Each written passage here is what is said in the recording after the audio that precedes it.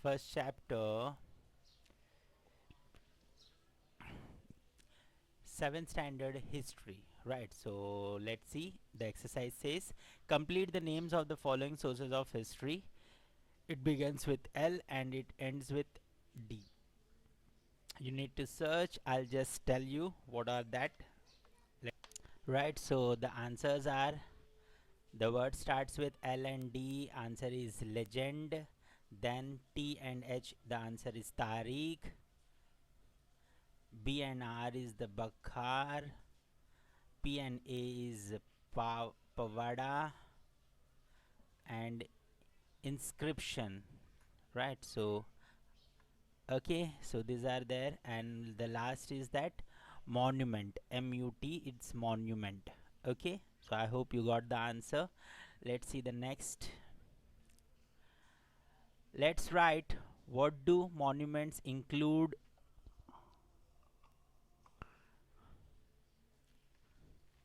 What do monuments include? The monument includes samadhis, graves, and virgalas and buildings. Okay, so this is your answer. What is Tariq? What is Tariq? Tariq or Tariq? Tariq means the sequence of events. Okay.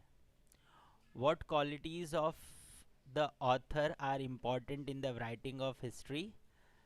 The author's integrity, impartiality, and neutrality are very important in writing history. So okay so ये है answer आपका कि कौन सी qualities ज़रूरी है एक history लिखने वाले के लिए। तो ये आंसर है कि वो बहुत ही इंटग्रेट होना चाहिए, मतलब उससे रिलेटेड होना चाहिए। इम्पार्शलिटी जो मैंने बताया था आपको कि पार्शलिटी नहीं करना चाहिए कि एक ही के बारे में अच्छा लिख रहा है, जो है जैसा है न्यूट्रल लिखना है, जैसा है वैसे ही लिखना चाहिए उसे। Okay, material sources, written sources, unwritten sources and oral sources. तो unwritten sources क्या है? find the odd man out, तो इसमें से कौन सा relevant नहीं है? right, तो वो है unwritten sources. monument, coins, cave, sculpture, stories, तो stories क्या है? ये सब जो है ओरल सोर्सेस में चला जाता है। मॉन्यूमेंट्स, कॉइन्स और केव्स जो है वो अदर सोर्स में जाता है, मटेरियल सोर्सेस में जाता है। ओके, भुजपत्रास, टेम्पल्स, ट्रिटीज, पेंटिंग्स, तो टेम्पल्स जो है अगेन मटेरियल सोर्सेस में जाता है। ओविस, तारीख, फॉकटेल्स, मैथ्स, तो तारीख जो है अलग हो जाता है उसमें। एक्सप्लेन द फॉलोइंग कॉन्सेप्ट्स, ठीक है। Question 1, material sources. Material sources क्या होते हैं? Those authentic material evidences or proofs of the ancient period which support our study of the historic events are called material sources of history। ठीक है, example memorials, buildings, cave sculptures, inscription, coins, copper plates, forts, etc। समझ में आया?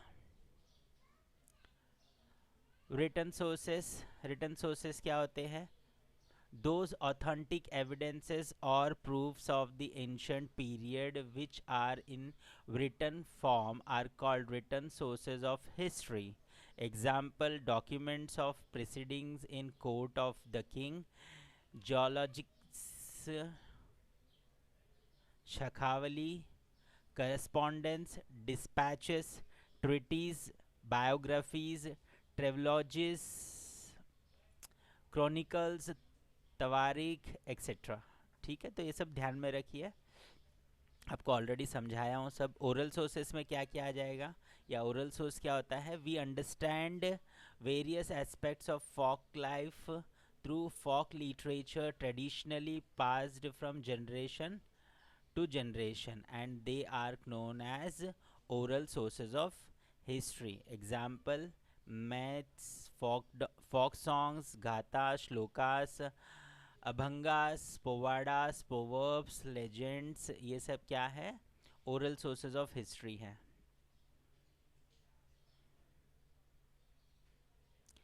Okay, it is necessary to evaluate sources of history, give your opinion, है ना। क्यों ज़रूरी है कि हम लोग इवेल्युएट करें, उसे परखे कि जो सोर्सेज ऑफ हिस्ट्री है वो सही या गलत है। Yes, it is necessary to evaluate the sources of history, ज़रूरी है। Just because a source is old does not mean it is reliable और ट्रू, ठीक है। अगर कोई पुरानी चीज़ है तो ज़रूरी नहीं कि वो सही हो। We should examine their authenticity and see which sources are genuine and which are fake, ठीक है। कौन सा सही है कौन सा गलत है हमें देखना चाहिए। We must evaluate its quality with the help of different methods and through critical analysis, ठीक है। It is necessary to determine the integrity and impartiality and neutrality of the authors by knowing their personal interest, the period during which they live and the political pressure on them, ठीक है। तो ये सब चीज़ें आपको ध्यान में रखनी है कि पॉलिटिकल प्रेशर कितना था, वो न्यूट्रली लिखता था या उसका इंटरेस्ट क्या था। Right, why in your words, क्यों, ठीक है। Question number 1, a stone inscription is considered to be an authentic source of history. A stone inscription, that is a carving on the stone, is a very authentic source of history as it throws light on different features of the ancient time, like the language of communication which existed, script used, and the social, political and economical life of that period. Okay, तो ये सब चीज़ों की वजह से हमें जो है स्टोन इंस्क्रिप्शन मिलेगा तो वो ऑथेंटिक होता है। Oral sources reveal various aspects of people's life, various aspects of folk life through folk literature passed on to us by our ancestors, है ना। तो अलग अलग जनरेशन के हिसाब से लोगों को बताते बताते वो ट्रेडिशन हम तक पहुंचा है। They are pearl of wisdom and they hold a wealth of knowledge about the past, ठीक है। तो वो कैसे है, एक हीरे जैसा है, गहने जैसा है जो पॉलिश होते होते और हमारे नॉलेज को बढ़ाता है। It throws light on the rich culture life of the past and different art forms which were practiced in those times, है ना। वो उस पर रोशनी डालता है कि उस समय पे कौन से तरीके के कल्चर थे, कैसे लोग जीते थे। एक्टिविटी करना है बच्चों आपको, visit any museum that is near by, gather information about the sources of history from the period that you are studying and record it in your activity book, ठीक है। तो आपको एक जो है क्या करना है, म्यूज़ियम में जाना है और आपके टाइम मतलब जो स्टडी कर रहे हो आप मिडिवल पीरियड, उसके बारे में आपको वहाँ पे जो इन्फॉर्मेशन मिल रही है उसे गैदर करना और देखना है। ओके,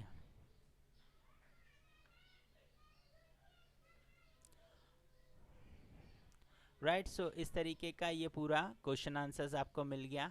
आई होप कि आपको बहुत अच्छे से ये चैप्टर समझ में आया होगा। चलिए देखता हूँ अगर कोई अच्छा सा मुझे म्यूज़ियम मिलता है तो। देखिए कुछ मटेरियल सोर्सेस पेंटिंग्स मिले हैं हमें, यहाँ पर एक छोटा सा टूर है और देखिए ये जो है मटेरियल्स, यहाँ पे स्टोन्स मिले हैं, फ्लूट मिला हुआ है ना, जो मटेरियल सोर्सेस में आता है देखिए यहाँ पर, राइट। तो ये मिडिवल हिस्ट्री के सारे जो चीज़ें हैं वो यहाँ पर उस म्यूज़ियम में रखा गया। तो म्यूज़ियम में ये सारी चीज़ें आपको देखने मिलती है जो उस समय पे इस्तेमाल की जाती थी, है ना। देखो क्या लिखा हुआ है यहाँ पर, राइट। तो ये एक छोटा सा टूर मैं आपको करा रहा हूँ एक म्यूज़ियम का। मज़ा आ रहा है बच्चों? हाँ देखिए ये है ना, वहाँ पे वीणा टाइप का है, गिटार जैसा है, तो उस समय का वीणा आप बोल सकते हो, गिटार है ये, राइट। देखिए कैसे उनके ऊपर पेंटिंग किया गया, तो उससे पता चलता है ना कि वहाँ पर कृष्ण को मानते थे लोग, वहाँ पर कृष्ण की पूजा होती थी उस समय पे, राइट। तो ये है, देखिए ये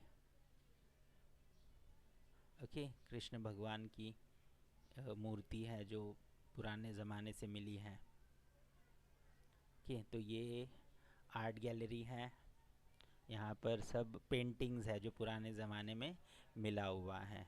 राइट, तो देखिए एक टूर है ये भी, देखिए कैसे अच्छे से। ओके, तो पता चलता है ना लोग कैसे कपड़े पहनते थे, कैसे रहते थे, क्या मान्यता होती थी उनकी। राइट, देखिए इनकी वेशभूषा, अटायर बोलते, जो दिख रहा है ना वो अटायर है उनका, जो आपके चैप्टर में आया है। राइट, देखिए उनका रहन सहन ये उस ज़माने का है। ओके, राइट, तो ये सारी चीज़ें पता चलती है हमें।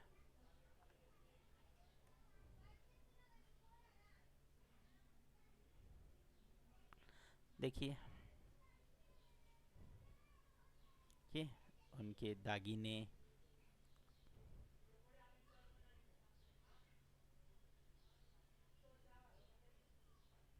राइट, सो मेनी थिंग्स, देखिए उनका इस्तेमाल किया जाने वाला सब चीज़। राइट, सो इससे हिस्ट्री पता चलता है, इनक्रीव करना, कपड़े वगैरह सारी चीज़ें यहाँ पर बताई गई है।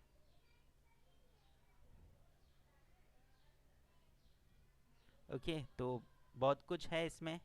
राइट, सो उम्मीद करता हूँ आप भी एक अच्छा सा म्यूज़ियम जाए और म्यूज़ियम में जा कर के ये सारी चीज़ों को प्रत्यक्षित देखें और एनालाइज करें कि हाँ ये किताबों में पढ़ाया गया है, मिडिवल हिस्ट्री होता है, एंशंट हिस्ट्री होता है ना। तो ये सब चीज़ें आपको पता चलेंगी कौन से सदी के है, कहाँ से कहाँ तक का ये पूरा।